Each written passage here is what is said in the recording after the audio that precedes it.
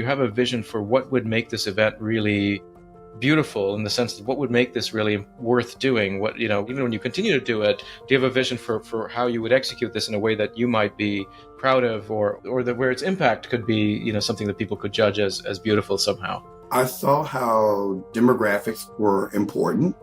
Although I lived in Maryland, I knew that there was more power in creating a DC Fashion Week than, for me, a Baltimore or one of the major cities around, or in Virginia, Pentagon City Fashion Week or those things. I knew that because of geography in DC, that would have more impact. We always started with saying that I wanted to use diversity to make it a global platform. And because we're home to so many different embassies and we have resources to designers around the world, it was our goal to be the Olympics of Fashion Week. We had to give a reason. Why would you do DC versus New York? Or why would you do DC in addition to New York? If you're already doing the world's biggest, we had to sell a different dream. And our dream was to get your country behind you. And that's important to a lot of, even if it's just the ambassadors there or the cultural attachés there, or one of the leading publications that's associated with their country mentions their brand, that's really huge for them, particularly when we were dealing with countries that geography is not my strong point. It still isn't. I had never heard of Uzbekistan, Kazakhstan. I had never heard of those places. And when we had designers come in from there and they would do really well and they would pick models, and we thought they would pick mainstream models because they were coming over from Europe, and they were like, no, we want this because we have models that look like this every day. We want something different. And that was surprising because when you go to the shelves and you look at all the major publications, you see one form of beauty, at least during that time period. Today it's never been a better time for diversity in the fashion world. They have finally caught up and they show it in a beautiful way. You see everything now versus 10 years ago, that was clearly not the case. So they made a lot of progress. Yeah.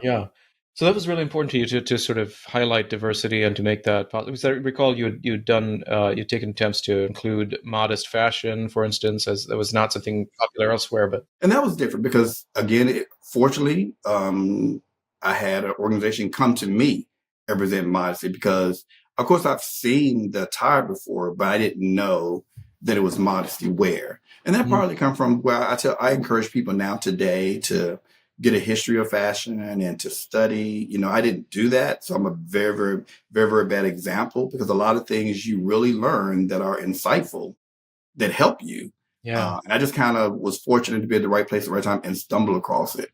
And when we were interested in modesty, it was a very sensitive time because we had just had 9/11. And I remember some of the parents expressing their concerns, like, are you worried that, in their ignorance that, we're going to be the victims of terrorists now because of if these people are here, these people are here. And I was like, that's not the case. It was embraced really, really well. It was different. And we did it for a number of seasons. We were the first. We heard later, New York Fashion Week, they announced that they were the first fashion week in the U.S. to have it. But we had them like 4 years. I would post their comment and comment up under it. Like, this happened 4 years ago. Beauty at Work is brought to you by Templeton Religion Trust. If you enjoyed this clip, go check out the full episode. And please take a moment to subscribe and leave us a review. It really helps get the word out about the show. Thanks, and see you next time.